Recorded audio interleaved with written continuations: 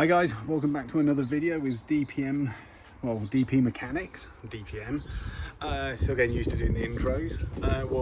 Today's going to be a bit of a short video because we're actually working on something.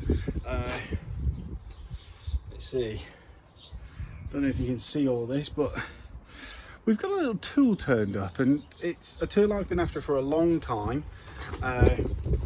I'll tell you more about it when we get going, and I'm going to go and assemble it, and this is really difficult and really heavy to assemble, so let's see how we get on, and then I'll give you a quick browse and a review, and then we will be doing some work on the X5.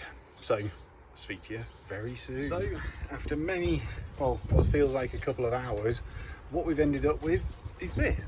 So here we have a 2-ton engine lift from a company called SGS.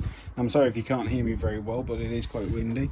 We're rocking in with 2-ton engine crane. We have got the crane lift. I'm sorry for all the mess, but these are all the parts for my dear X5 that are just currently anything. This is going to help if we have to take the engine out. It's something it's a tool I've always wanted for ages, but you know, it's there. It's all assembled. It took a couple of hours to do.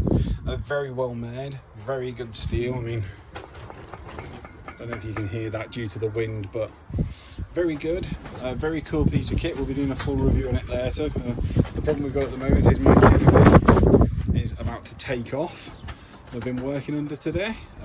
We will be trying to do some work on the X5 at some point, but I think right now building the engine is not really the best thing to do. So we're going to cut the video short. It's only a little highlighter video just showing this off. We're going to do a full review on the SDS car lift. We're also going to be doing a review of a little unboxing of these. You'll wonder what those are. We will get to those. There's a couple of other things as well I do want to review, including a couple of impact guns.